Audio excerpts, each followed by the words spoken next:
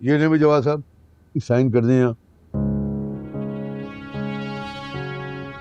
बिलाल साहब साइन कर दें। रकम तो ले आए नहीं? रकम लेके आए, बिल्कुल बिल्कुल। हाँ, पैसे पूरे।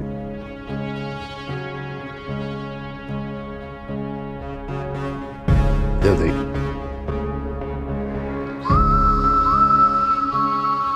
भाई जवाब साहब, तमाम लीगल प्रोसेस होने के बाद अब बिलाल साहब का बंगला आपका हुआ। ये ले डॉक्यूमेंट्स, अब पेमेंट आप ही ने देनी। ये रहे सर आपके मकान की कीमत। गिन लीजिए बिलाल साहब, पूरे 5 करोड़ रुपए हैं। मैं तो आपको चेक देने के फेवर में था, लेकिन वकील साहब ने बहुत इसरार किया कि आपको कैश चाहिए, तो कैश हाजिर है। अरे बहुत बहुत शुक्रिया भाई साहब आपका। दरअसल ये जो बैंक के रोले ना, ये आज तक कभी समझ में आए ही नहीं हमें, इसलिए बिलाल ने हमेशा नकद सौदा खरीदा है और नकद बेचा है। आप तो जानते हैं।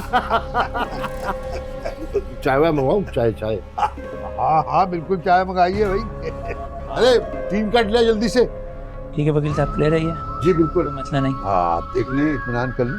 ठीक है सर, आपने देख लिया। हाँ ठीक है सर। जी जी बिल्कुल, भरोसा है भाई, भरोसा है, बेफिक्र रहिए।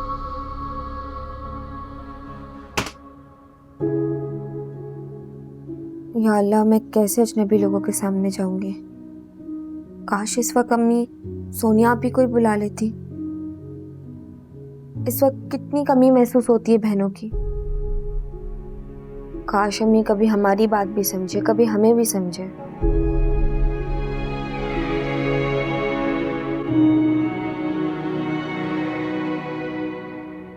मैं आई थी वापस, मुराद और सोनिया को लेकर आई थी। सोचा था सोनिया को आपके कदमों में डाल दूंगी तो आप मुझे माफ कर देंगे, लेकिन आप लोग तो वहां थे ही नहीं, घर बेच के चले गए थे। तुम्हारे जाने के बाद वो जमीन हम पर तंग हो गई थी।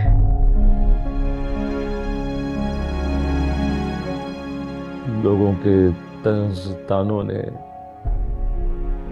मेरा दिल छल्ली करके रख दिया था, लेकिन तुम्हारे लौट के आने की आस में कई साल तक मैं वहीं पड़ा रहा, क्योंकि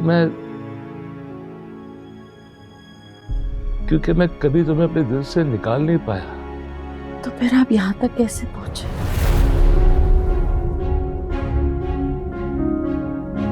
तुम्हारे कदमों के निशान तलाश करते करते शहर में आ गया। सबने मुझसे कहा कि ये कराची शहर नहीं है, समंदर है लोगों का। इस समंदर में अपनी बहन कैसे तलाश करोगे? लेकिन मैंने किसी की परवाह नहीं की। मुझे माफ करते भाईजान।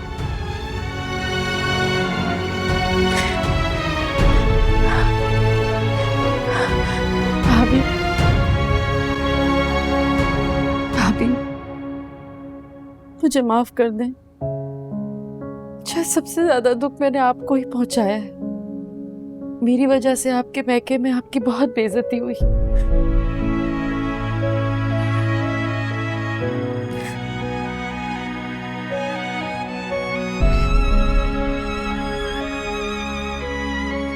सादिया, पुरानी बातों को भूल जाओ। पुरानी बातों को याद करने का कोई फायदा नहीं है। तुम्हारे भाई ने तुम्हें माफ कर दिया है।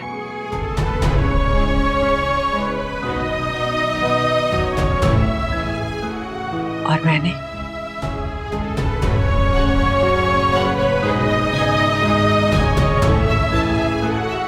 अपने शौहर की खुशी के लिए तुम्हें माफ किया। बहुत शुक्रिया भाभी, शुक्रिया।